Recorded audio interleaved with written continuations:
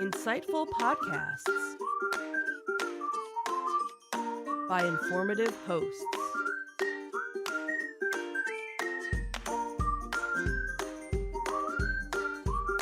Insights into Things, a podcast network.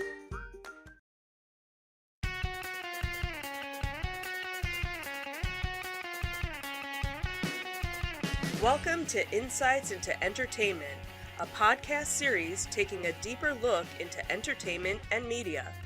Your hosts, Joseph and Michelle Whalen, a husband and wife team of pop culture fanatics, are exploring all things from music and movies to television and fandom.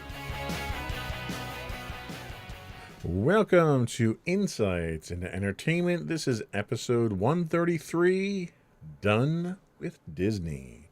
I'm your host, Joseph Whalen, and my rejuvenated and energetic co-host, Michelle Whalen. Are you energetic? I don't know about that, but sure, we'll go with that. We had a long holiday. I mean, We did. granted, you've been back to work this week, but Right. this is our first post-holiday podcast for... Right, but we New did Year. a podcast last week where we were supposed to have done it. Right, we the were week supposed to be off last before, week. and so really it's the normal Yeah. normal for us. So We're actually a day late this week. We were going to do it yesterday, but I and then wasn't. we were just like, Well, and I didn't get everything ready either, so I Right. was kind of a Slacker. slacker. You know, what can I tell you? it happens. Not enough time in the day sometimes. We are the masters of our own universe, so we can. We have the power? We do. By the power of Grayskull? Right, yeah, exactly. So we can decide whenever we want to do our podcast. Yeah, I know. I try to be respectful of our listeners and do it on a schedule, though. For those who do want to watch us live. And see the banter live. Banter, right. Bantha. This way they don't get to see that edited version that's published on Right. Mondays. This way you get to see the raw. Unedited, really bad audio and all the screw. Well, I don't edit out any of the screw ups anyway. So Yeah, you clean up. I just clean up the audio. Right. Anyway, that's not what we're talking about today. Today, in our Disney detective, Bob Iger goes back to his roots. And why are so many people saying they're done with Disney, myself included? Then in our Tales from the Edge of the Galaxy, Galactic Star Cruiser reservations are available, but do you really want to book it? Then the on-again, off-again saga of Patty Jenkins' Star Wars movie. I think it's on again. Maybe this week, probably, maybe, possibly. And for our entertainment news, Taylor Swift shows she's a class act, and Vicki Lawrence reveals Betty White's sweet and loving last words. And as always, we'll finish up with our insightful picks of the week. But before we do that, though, I do want to invite our listening and viewing audience to subscribe to the podcast. You can find audio versions of this podcast listed as Insights into Entertainment. You can find video versions of all of our podcasts listed as Insights into Things, or on Apple, Spotify, Google, etc., anywhere you can find a podcast. I would also invite you to write to us. Excuse me. You can email us at comments@insightsintothings.com. You can get us on Twitter at twitter.com/insights_things. You can get us on Facebook at facebook.com/insightsintothingspodcast or Instagram at instagram.com/insightsintothings, or links to all those on our website at www.insightsintothings.com. Are we ready? Sure. Here we go.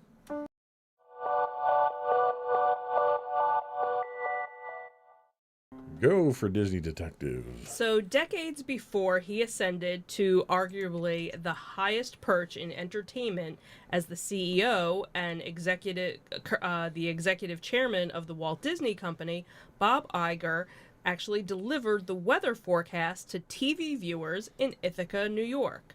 So before his departure that happened once the new year hit, he had returned to his weatherman roots, appearing on Disney's ABC affiliate, KABC Los Angeles' 6 a.m. news program for an interview and to update viewers with the latest forecast.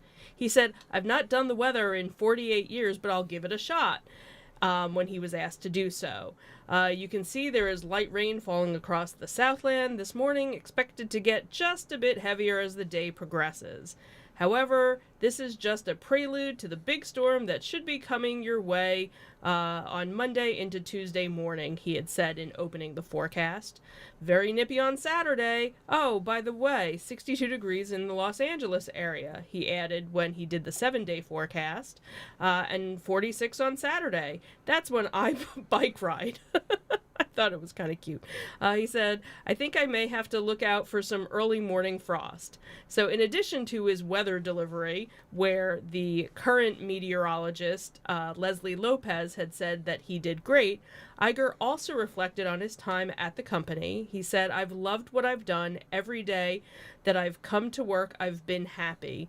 And that was what what he has planned once he leaves. He says, I'm looking forward to what comes next, although I'm not 100% sure what that is. I haven't had a day off since 8th grade. One thing that is probably in the works is another book to follow up on his 2019 memoir, The Ride of a Lifetime. The Hollywood Reporter's Tiana Siegel had first reported that Eiger was working on a new book last month, and Eiger elaborated on those plans. He said, I'm thinking about it. Right now it feels like a gigantic homework assignment. But yes, I've been fascinated by how readers led through the global pandemic, leading through a crisis. There's a gem of an idea there. So, kind of interesting that he, had a last moment in the spotlight. I'm sure we're still going to hear from him every now and then, but as of, the first of the year, he was officially out of a job with Disney, so. It's funny. I've criticized him a lot on this podcast over the past few years, and I've never really, to be perfectly honest, cared enough to go out and do any research on him. So it kind of shocked me, but it didn't shock me that he started out as a weatherman.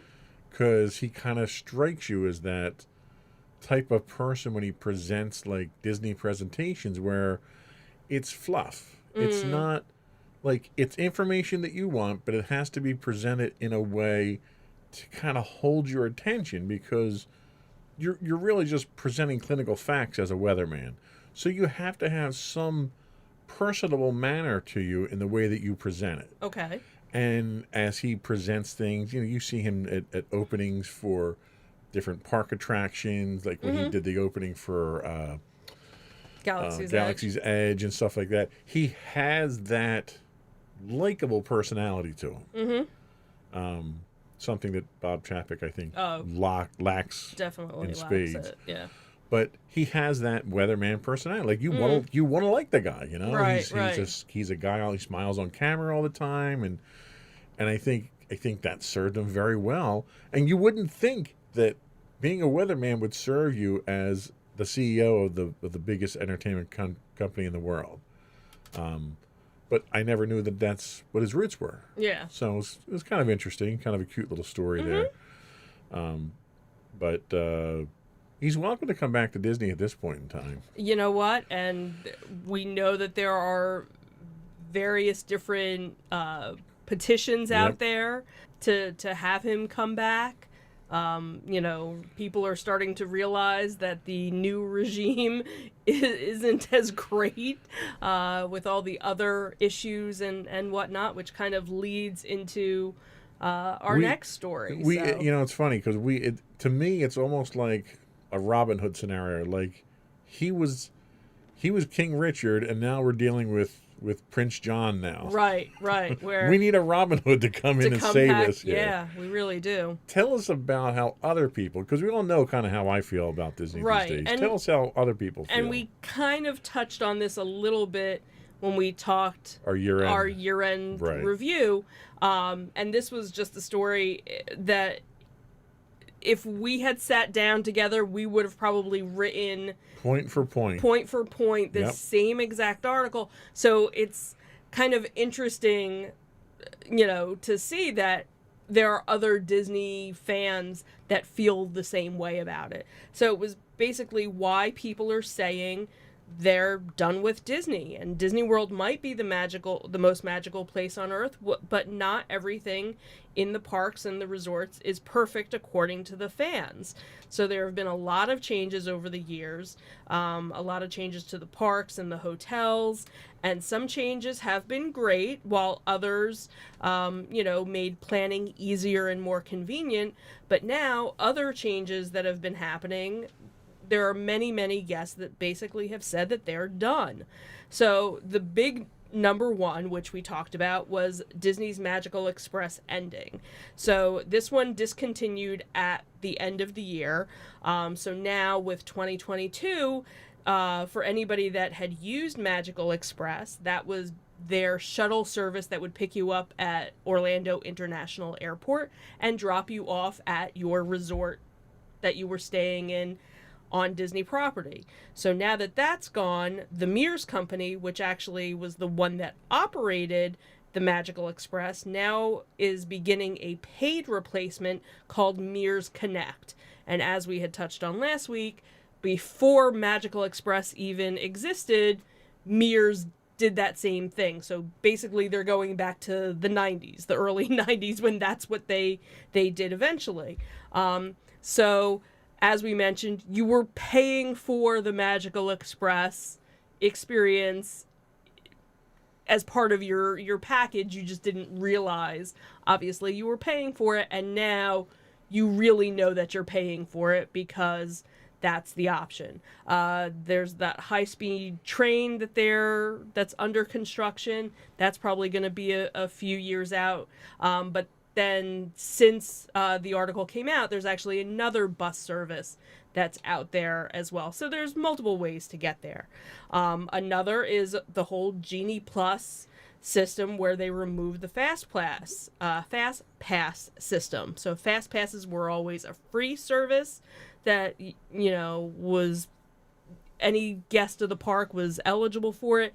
Now you have the whole Genie Plus, where you have the free version, which I don't know how well that even works, but then you have the version where it's $15 per day per ticket of anybody going to the park. So here's another thing that you have to pay in order to, get your reservation to ride on a certain ride.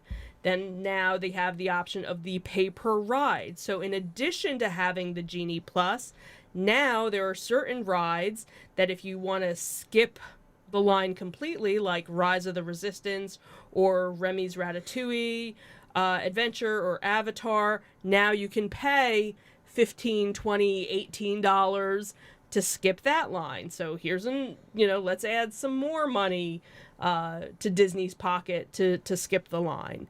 And then, of course, the whole nickel and diming aspect of it. So having the Genie Plus service, the free magic bands that you used to be able to get if you were a resort guest. Now you have to pay for them. So there are many guests that are not happy about that. Then there were perks that they took away.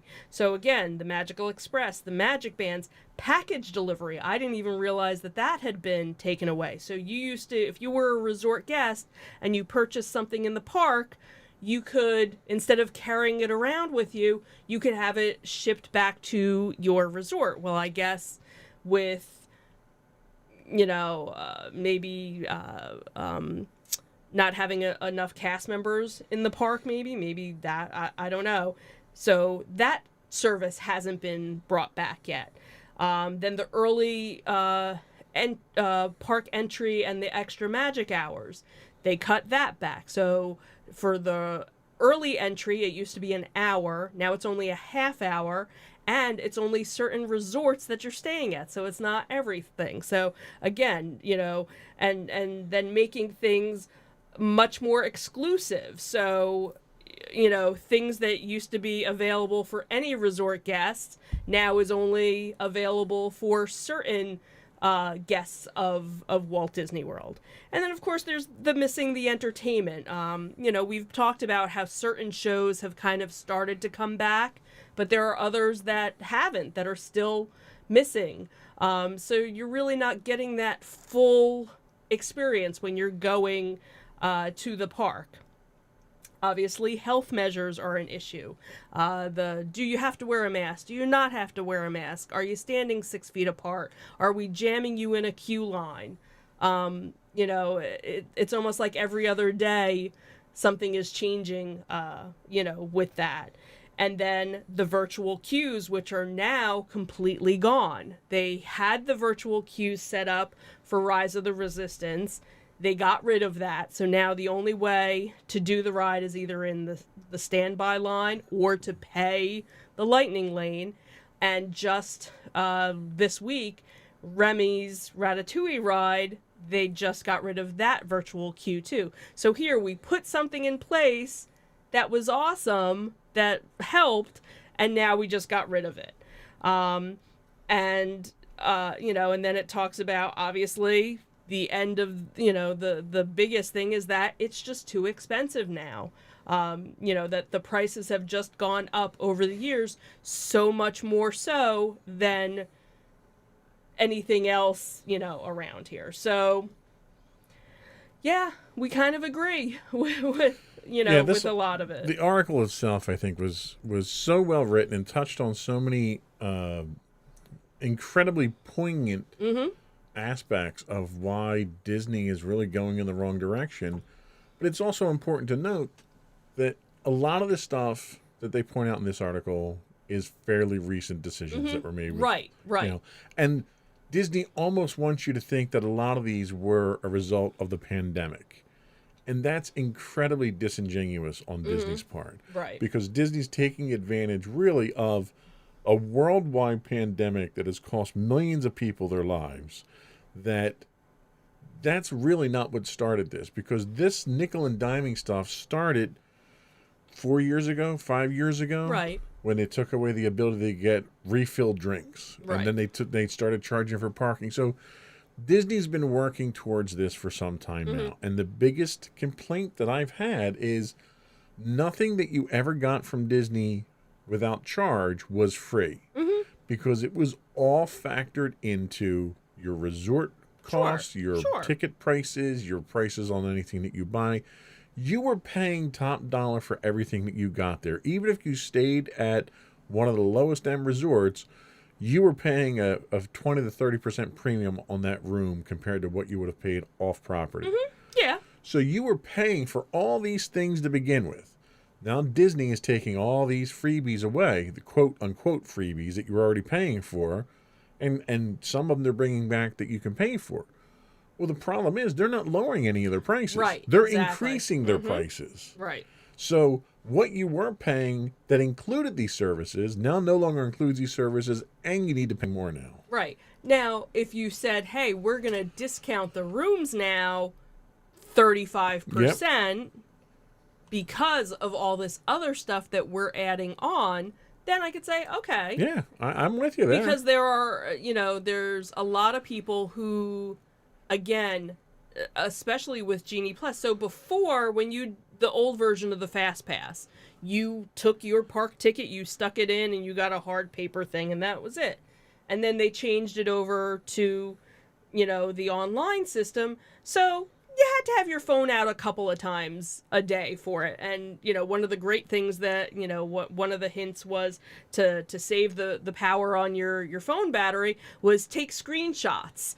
So you have them saved as your photos so that you don't have to be running your phone the entire time. Now, you have to basically have your phone on you 24/7, to order food. Their back-end stuff has to actually be running. And when Amazon Web Services goes down a problem a couple weeks back, and all your reservations and your fast passes and everything are sitting on a server on Amazon's cloud. Good luck. Now, services you've paid for. Right. Your entire day hinges upon this service now because it's all in the cloud. Right. And it's down. Right. Disney didn't lift a finger to help people with that. They did not offer refunds. They did nothing. Right. They've made people so dependent on a service that they themselves are not providing. Right. Right. Why are those servers not physically in Disney's property? Right. I'm surprised that they're, So yeah, so now you basically have to use your phone for everything. So just going and getting a quick service meal, Yep. you have to order it online. So, I think the only thing you could probably get is a thing of popcorn or a pretzel without having to order it online.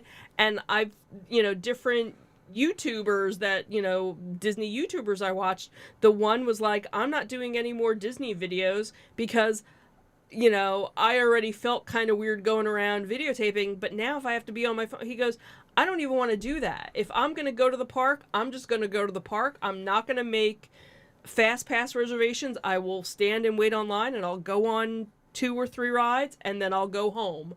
Yeah.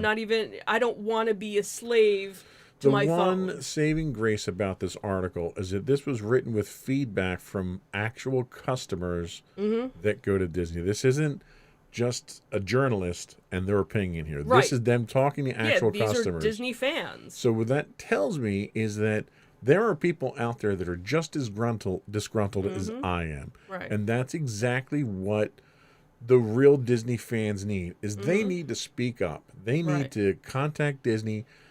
And most importantly, they need to stop giving Disney their money. Because when the profitability falls off because of all these monumentally bad decisions and it starts to hurt Disney's bottom line, that's the only way you're going to get their attention. So that was it for our Disney Detective this week. Our Disney bashing, Our Disney part bashing 1. this week, yep. Don't worry, there'll be more. Just give us a couple minutes. I think I finally turned you to the dark side. You're making me sell my DVC. I know. Because why have it? It's just another expense that we can't use. I know. The DVC is Disney's way of getting you to spend money so you can go spend money. Right. I know. So that'll be for another week. Yeah. We'll wait later on in the process there. But we'll be right back with our Tales from the Edge of the Galaxy.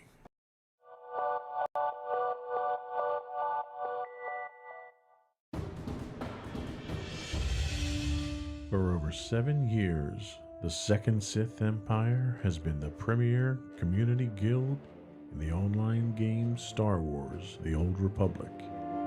With hundreds of friendly and helpful active members, a weekly schedule of nightly events, annual guild meet and greets, and an active community both on the web and on Discord. The Second Sith Empire is more than your typical gaming group. We're family. Join us on the Starforge server for nightly events such as operations, flashpoints, world boss hunts, Star Wars trivia, guild lottery, and much more. Visit us on the web today at www.thesecondsithempire.com.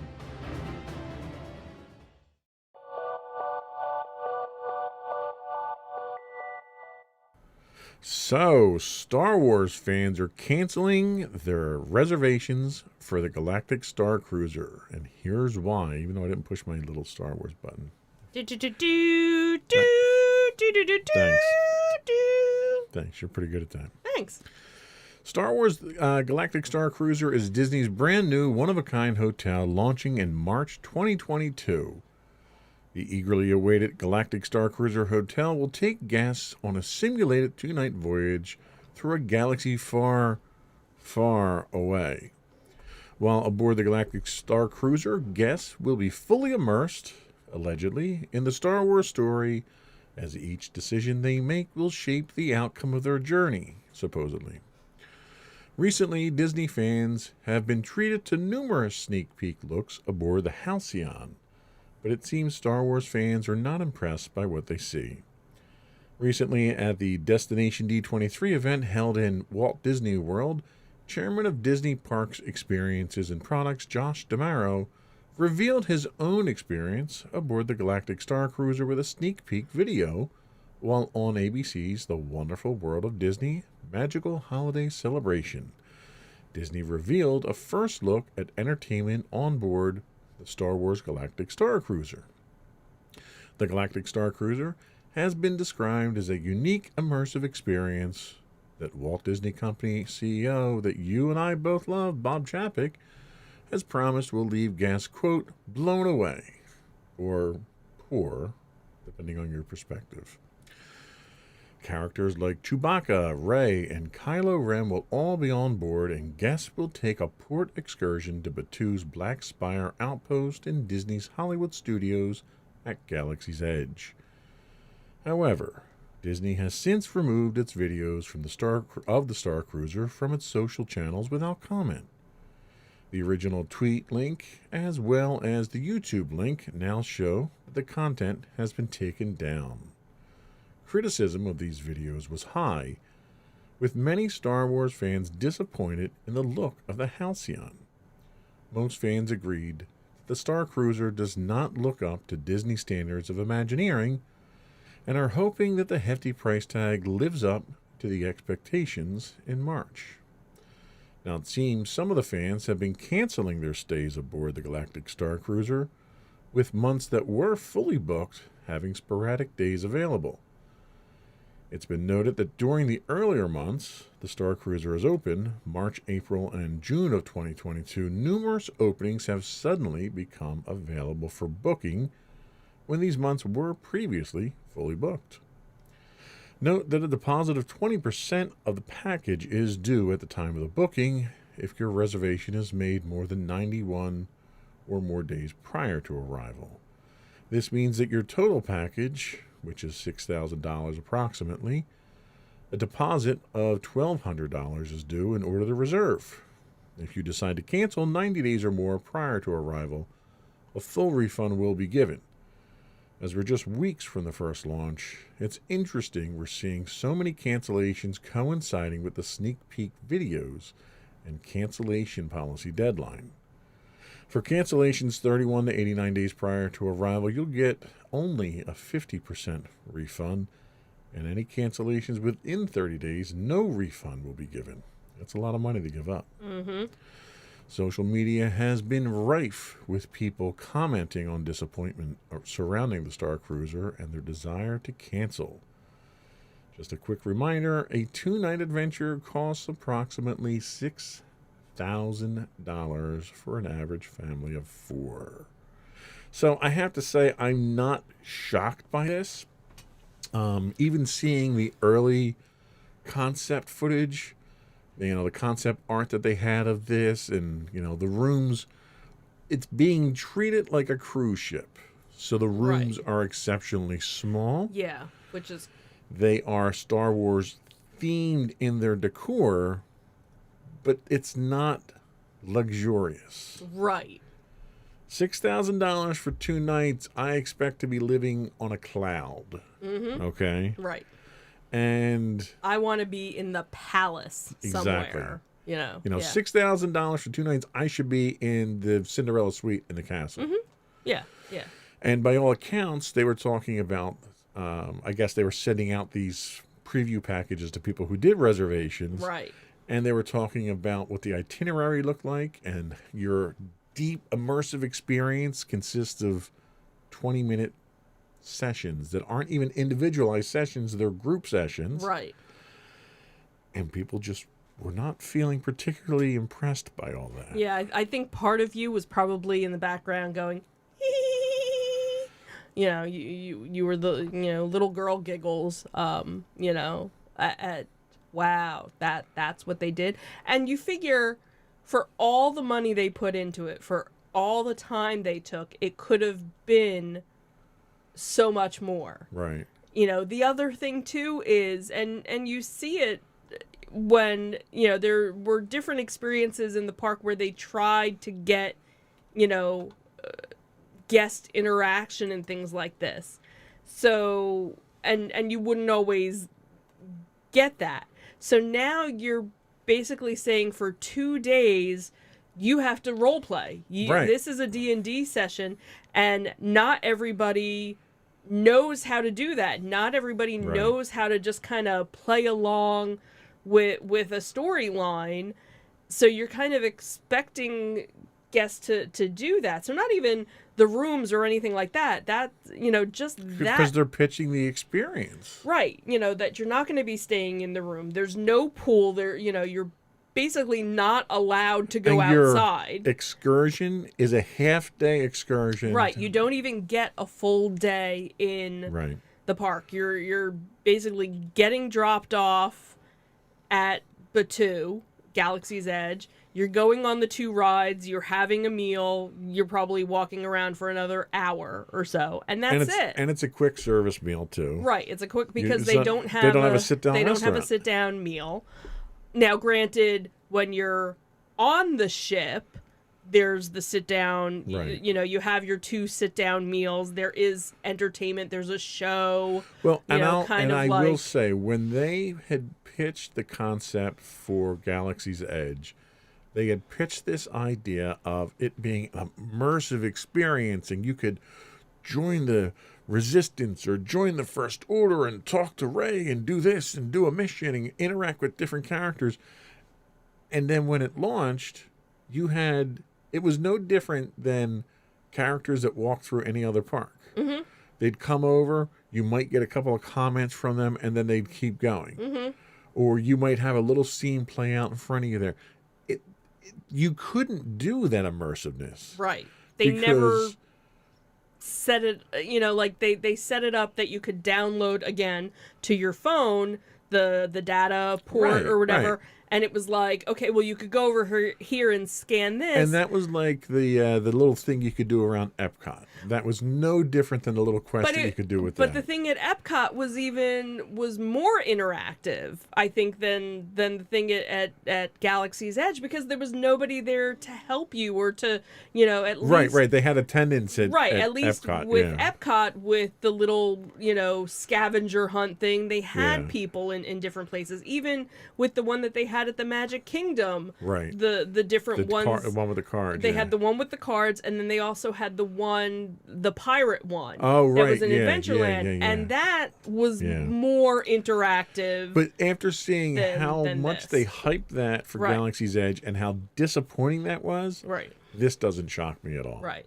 This is Disney marketing going crazy overboard and delivering 1/10 of what they're promising. Right. Which seems to be the new philosophy at Disney. Right. And there is absolutely no reason whatsoever that the hotel rooms that are physically on land need to be the size of what a cruise ship would be. Especially given the amount of land they have available to them there. It's not like they didn't have enough land. They could have... You're certainly not using it up for a pool or a parking lot, because you can't park there either. Right, because you have to valet park your car so that you have the experience of going into the spaceport and everything like that.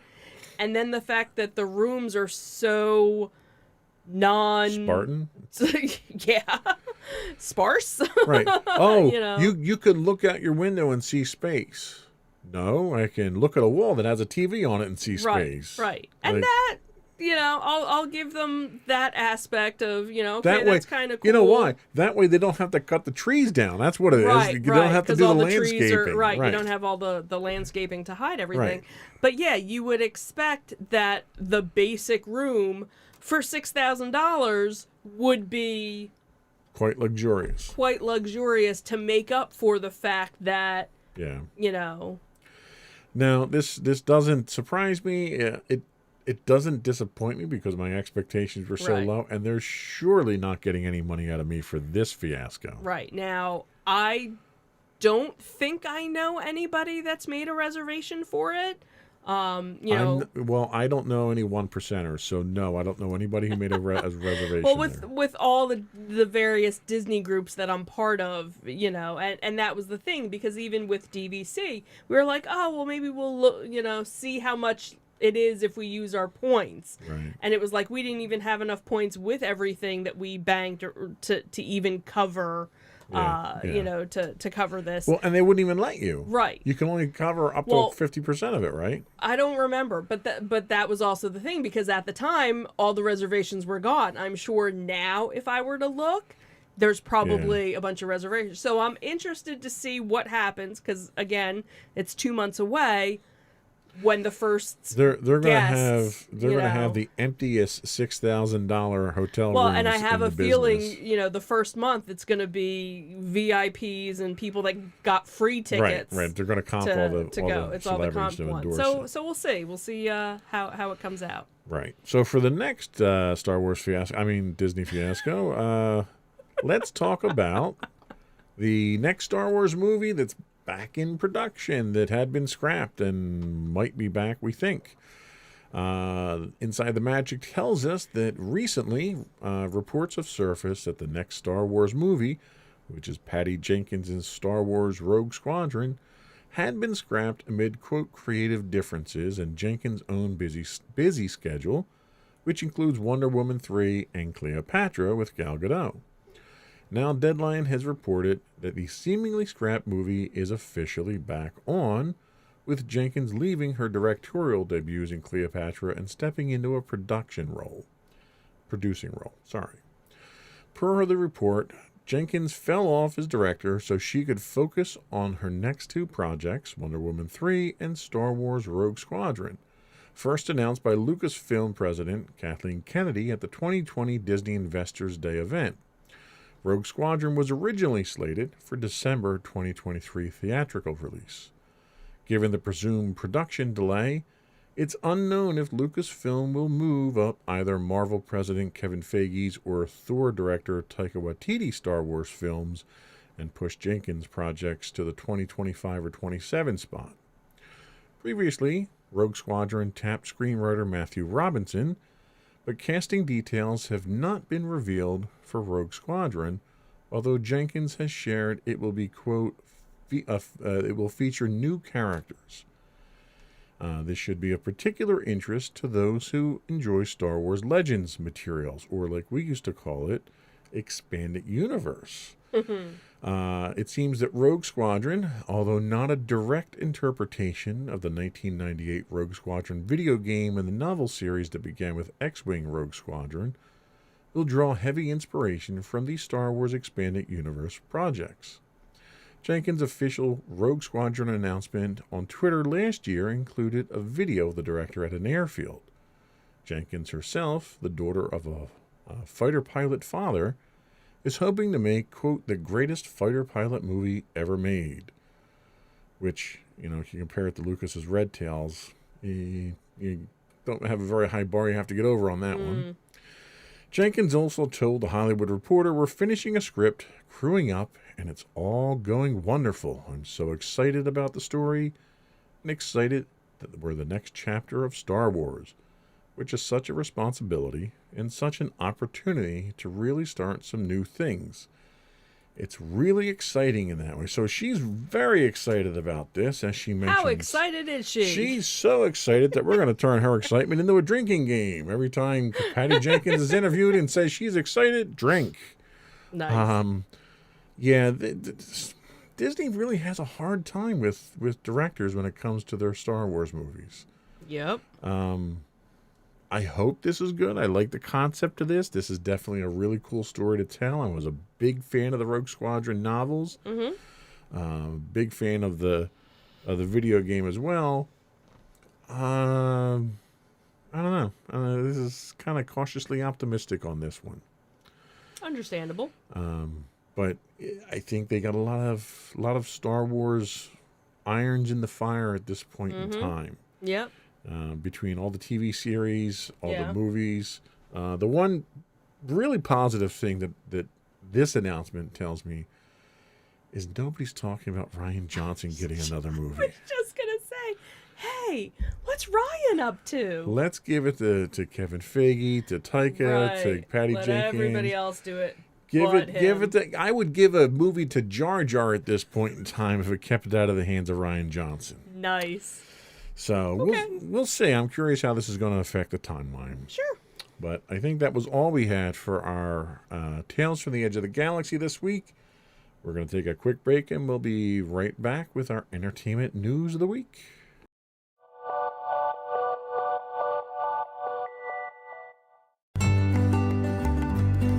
In Insights into Teens, a podcast series exploring the issues and challenges of today's youth. Talking to real teens about real teen problems. Explore issues from braces to puberty, social anxiety to financial responsibility. Each week, we talk about the topics concerning today's youth. We look at how the issues affect teens, how to cope with these issues, and how parents, friends, and loved ones can help teens handle these challenges. Check out our video episodes on youtube.com/insightsintothings. Catch our audio versions on podcast.insightsintoteens.com or on the web at insightsintothings.com.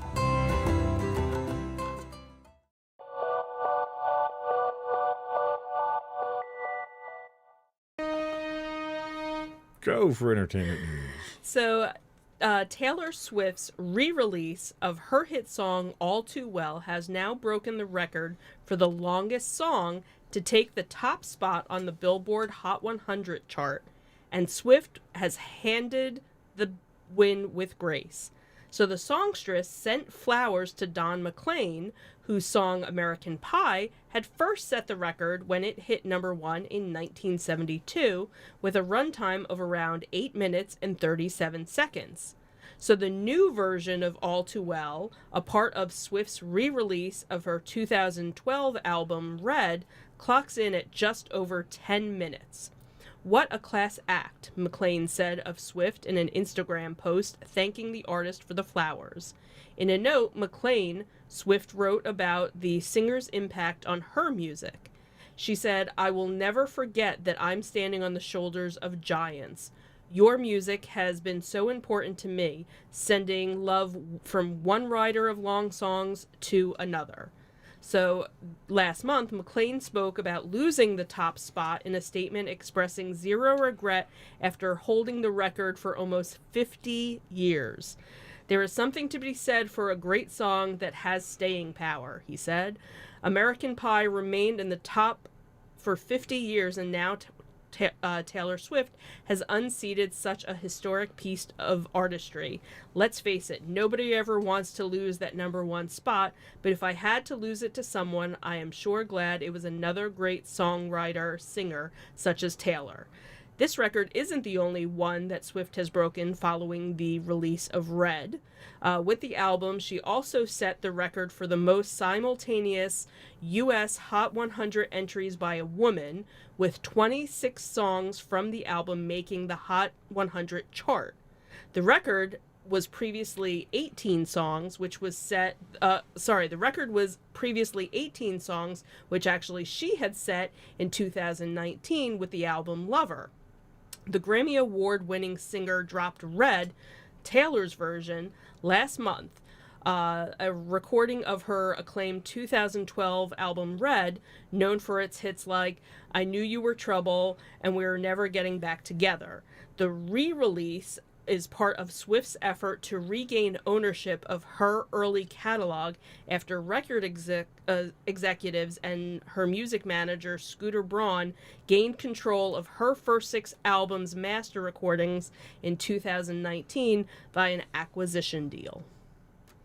So, yeah, I think this is a class act here. I also think Don McLean's reaction to this was a bit of chest pounding at the same time that he was complimenting her, too.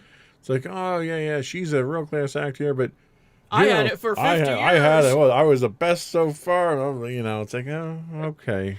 How many other songs did you do? Right, exactly. Yeah, okay. I'm surprised, Meatloaf didn't have a song longer than... I don't think Meatloaf's songs qualify as songs. They're operatic. They're operas, right? They're right. operatic mini Broadway musicals. They're like miniseries. Maybe that's. Yeah, it was kind of funny that 50 years it was still the longest song with again all these other songs that and just of course, thanks to our daughter, every time it comes on the radio, We don't get to listen to Don McLean's version anymore. We have to listen to the Weird Al version. The Weird Al, because she'll sing it over top of it. Right, right. The only time you get to hear it is those two verses in the middle there that Weird Al didn't actually do. Right, right. So thank you, Madison, for that. Right, right. So some I don't think this would be an entertainment podcast if we didn't have some thoughts on the passing of Betty White. Yeah, that was I think shock to everybody. We happened to be at the mall that day, and we were just kind of getting out of the house, walking around, and you just said, "Oh my God, Betty White just passed away." I'm like, "What? Get out of here!" And it's.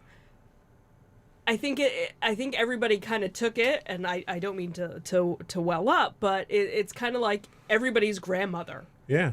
And really, that was a role. And it's funny, that is a role that she slipped into in the 1970s, right? And she embraced it, right? She was like so many, because she started out in modeling, so she's always been a gorgeous woman, and so many people that their careers are centered around their beauty have a very difficult time aging out of that. Right, right. And Betty White embraced it. Right. She was beautiful, up until her passing.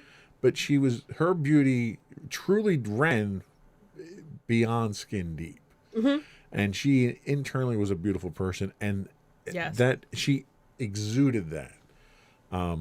But she accepted that grandmotherly role for the world.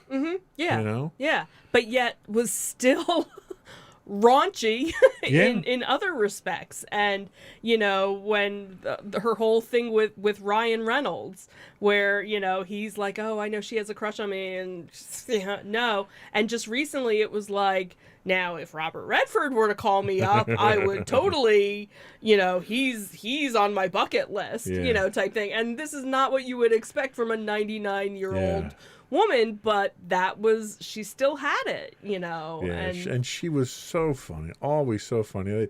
I had read on the day of her passing, there was an article on CNN, and she had talked about her early career, because she started in TV before TV was a thing. Right, right. She was on a very early local TV broadcast in I think it was California at the time. Right. When she was 16 years old.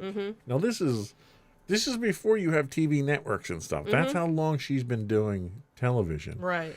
And she said, at the time, in 40s, 50s, and into the 60s, women weren't supposed to be funny. Women were supposed to be pretty, be seen, not heard, and they were just a set piece almost. And she broke that mold, and she set so many standards for women in entertainment moving forward. Absolutely. And just the force of will it took to do that, and the bravery to do that. She had her own. She was the first female talk show host in the 1950s. It's just incredible the things that she did. Right, and she ended up getting canceled because she featured a black dancer. And the Southern affiliates, in the South, were complaining about it. And what did she do? She put him on more. She highlighted him more and didn't give a damn what they had to say. And eventually they pulled their sponsorship. Yeah. And the show got canceled, but she stood her ground. She didn't compromise her principles. Yeah. And then years later, she got another version of her talk show. She had, 3 different versions of it. We operate in an age today where role models that I, as a parent, are far and few between that I want my daughter to look up to. And for 99 years, Betty White has been that type of role model. She was brave, she was strong, she was brilliant, she was funny, she was talented. She happened to be beautiful too. But that was how she started her career, but that wasn't what she leaned on. Right. She had so many talents that made her career what it was. Yeah. Truly a legend to lose, and just a few weeks before her 100th birthday, Yeah. too. So, of course, a lot of what people are saying is honor her legacy, 5, 10, 15, $20, whatever you can, to a local animal shelter or a local zoo in her honor, because that's what she would want everybody to do. So, what was the quote about lose? It was too soon. Right. It was, while she at 99, she died too soon. Right. When 99 is too young to go. Yeah. Yeah. There were multiple people that had a variation of that quote. Right. It's pretty bad when, you're 99 years old and you went too soon. Yeah. Yeah. But we did have another groundbreaking female comedian. So obviously Betty White has a legacy that will live on, and not just through the films and television shows that she starred in, but through the memories of those who knew her best. And one such figure is Vicki Lawrence, White's longtime friend and co-star on The Carol Burnett Show and Mama's Family and Eunice.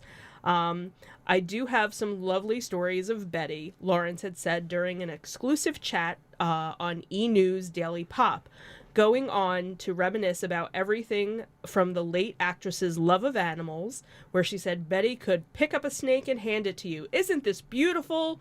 To a dinner party that she would throw in the pair's early Mama Days family, including one particular event.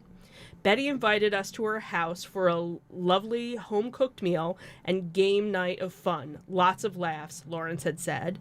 Al and I hadn't been married that long, just a few years, and we're driving home, and Al finally says, I hope you don't take this wrong, but if anything ever happens to you, I would date Betty White. And she continued, well, sweetie, I'll tell you what, if anything ever happened to you, I would even start dating Betty White. So, that we both agreed on, and that we both absolutely adored her. And all these generations have just come to love her over and over and over again. And now that fans are mourning her passing, that she passed away at 99 on December 31st, Lawrence wants to remind them that this Golden Girl alum would not want us to be sad. I know what she would say. Oh, sweetie, don't be sad for me. I had a blast. I had a great time. You need to laugh and carry on. I honestly believe that this is what she would say. After being in touch with Carol Burnett, the actress also revealed what White's apparently did say just before passing, and it was her late husband's name. Carol had texted me back, and she said that she had spoke to Betty's assistant who was with her when she died, Lawrence had explained, and her assistant said that the last word out of her mouth was Alan. How sweet and loving is that? She said, it's so sweet and it's so loving, and God, I sure hope it's true, Lawrence added. Had actually met Alan London, who was the then host of Password, when she was a guest on the game show in 1961. He was married at the time, but his wife had passed away of cancer soon after, and a year later, White and London were cast in the same play, and by 1963, they were married. London had died of cancer in 1981, and she never remarried. White, meanwhile, died peacefully in her sleep at her home, according to her longtime friend and agent. When he had spoken to NBC News, he wanted to clear up rumors because, of course, one of the things that popped up was, oh, she had just gotten her booster, and he said no, and it's come out since then that she did die of natural causes. So, it's nice to, I'm sure it's going to be one of those urban legends that, her last word, was Alan, but.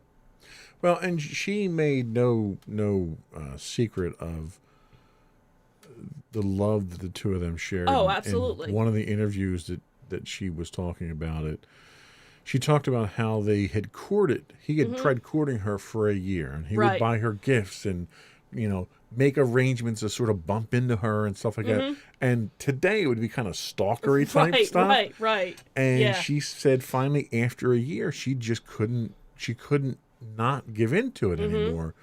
And later on when he had passed, after he had passed, she said she had wished she hadn't wasted that year. Yeah. So anyway, I think that's all we had for entertainment news. Yep. So go in and donate to, some animal shelter. And that was from her father, by the way. Her father had the love of animals. Okay. And she took that on from her father. Yeah. So good for her. Go feed some animals. We'll be right back with our insightful picks.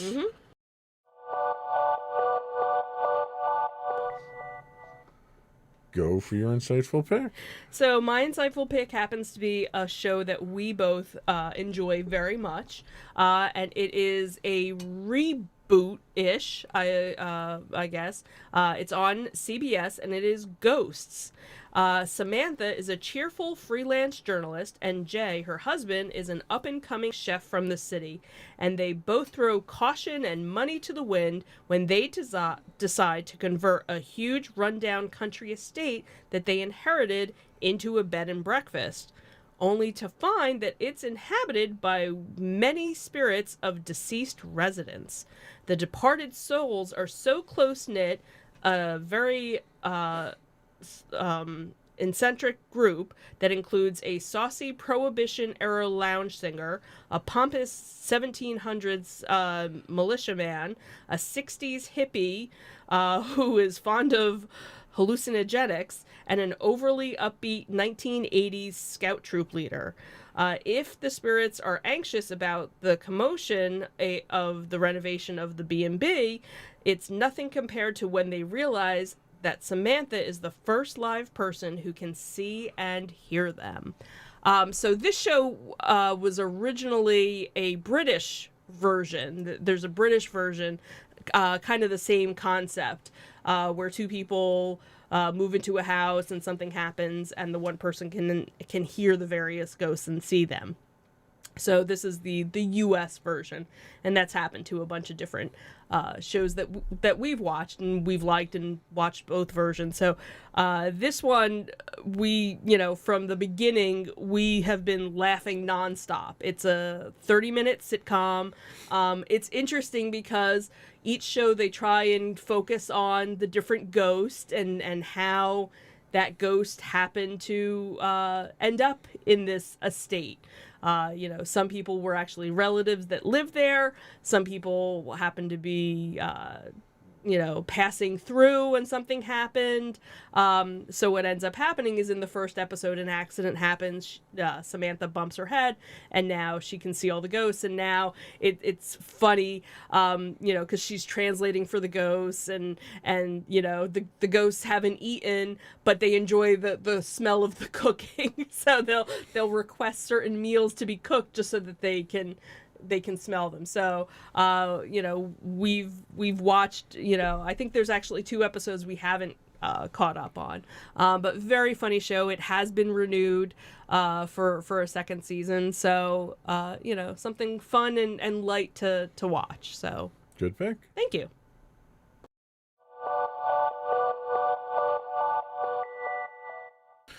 So my pick this week is the Book of Boba Fett on Disney+. The legendary bounty hunter Boba Fett navigates the underworld of the galaxy with mercenary Fennec Shan when they return to the sands of Tatooine to stake their claim on the territory formerly ruled by the deceased crime lord Jabba the Hutt. So, okay, here we go. After seeing the post-credit scene in the Season 2 finale of The Mandalorian that featured Boba Fett essentially taking over his former employer Jabba the Hutt's operations after he assassinated Jabba's major domo Bib Fortuna, I was kind of left scratching my head. We last saw Boba Fett in live action as he was consumed by the Sarlacc in Return of the Jedi, presumed dead. The first of many great villains wasted by George Lucas before their time. End of story, right? Well, not really. Not with Disney helming the franchise, who's notorious for milking every last penny out of its properties. Boba Fett, much like Darth Vader and Darth Maul, were crowd favorites, which to Disney translates into dollars. These moneymakers can't be dead, so how can we resurrect them? Well, that seems to be part of the big focus of the book of Boba Fett. The puzzling thing is that we see him presumably after his buddy cop style team up with the Mandalorian's Din Djarin. So this has to be after Return of the Jedi, which means he survived his dinner party with the ravenous Sarlacc.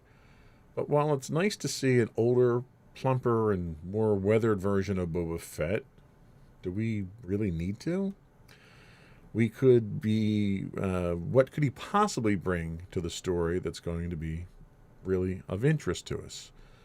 What do we get from episode 1 is a bit of a snooze fest, quite disappointingly. We get a lot of flashbacks. In fact, the entire episode's almost a flashback. We get some backstory on how he survived being digested over 1,000 generations, which turned out to only be about 5 minutes, with kind of a really weak explanation. We learn how he wound up with the Tuskens, and we get a little local political drama with his new job, which is almost as interesting as, trade lanes and stuff like that worked out so well in episode 1. Still, I was left feeling a little let down. So we watched episode 2. And after watching episode 2, I don't feel all that much better about the show. We get more backstory, which I'm not sure how you could spend 2 episodes giving me how he crawled his way out of a Sarlacc, but okay. We get more political drama, which still isn't interesting at all. We get a badass-looking walking carpet, which was nice. You get to see a new Wookiee. We get a mean Tusken dance, especially if you drop the volume on the show and fire off some Earth, Wind, and Fire's September, which the scene seems perfectly timed for, thanks to my wife. You're welcome. You get a little bit of light action, but other than that, there's really no compelling reason for the show to exist. Maybe I've been left permanently jaded towards Star Wars thanks to Rian Johnson's abominable Last Jedi. I don't think so, because I have a deep appreciation for The Mandalorian, not to mention the fact that Vader's OP scene at the end of Rogue One actually has me looking forward to forthcoming shows that tease the return of my favorite villain. George Lucas and the Clone Wars did a lot to sully the image of Boba Fett, who, like Han Solo, has such a perfectly written character from day one because they were so little written, and all you had were first impressions. I don't think Boba Fett needs a series. I don't think his image can be redeemed from the damage of the Clone Wars. A whiny little kid who pushes people around. And I think any attempt to do so is a bit of revisionist history. I'm hoping that Filoni and Favreau hit another home run here. They need to make me care about these characters. They need to make this show matter in some way that Star Wars has struggled under the gluttonous control of Disney. I want to like this show. I really do, because I love the character. And I'll say it again, I'm cautiously optimistic. That's about as upbeat as I get. But it's a short series and the clock is ticking. I have to watch it because it's Star Wars. I only hope I'm rewarded for it in the end. If it's anything like the Marvel series, you got to get 5 episodes in before they get interesting. So, cautiously optimistic is the best I can do. So, that's all I got. We'll be right back with our afterthoughts.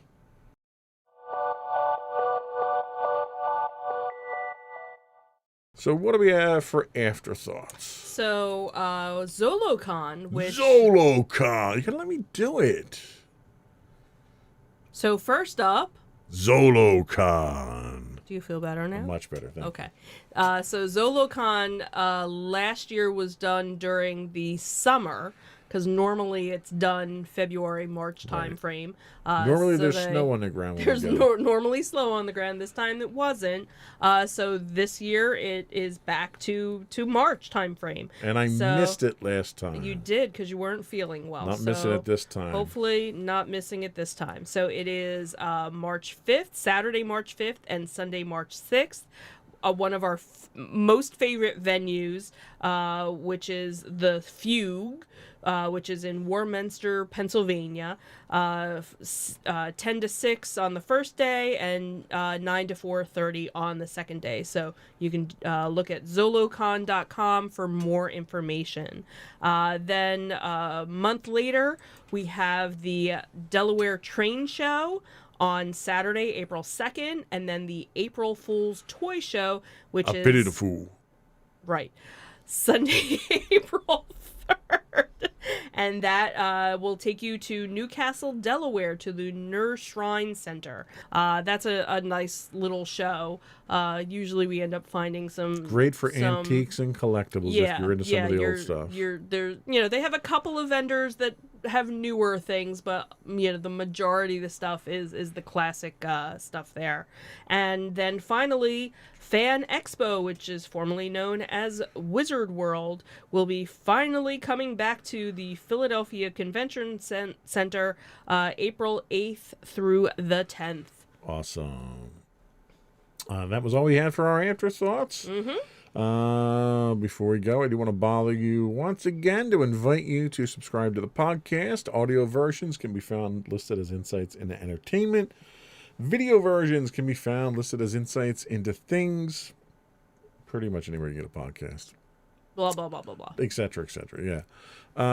We did ask you to, what was the next thing? Email us. Email us, contact us, give us your conventions and shows you want us to plug. Tell us if we're doing a good job. Tell us if we're doing a bad job. We were open to constructive criticism. Sure. As long as it's constructive. Right. You can email us at comments@insightsintothings.com. You can find us on Twitter at insights_things. We're on Facebook at facebook.com/insightsintothingspodcast. You can find us on Instagram at instagram.com/insightsintothings. Or you can get links to all that stuff and more on our official website at www.insightsintothings.com. And that's it. Another one in the books. Have a good week, everyone. Bye. Bye.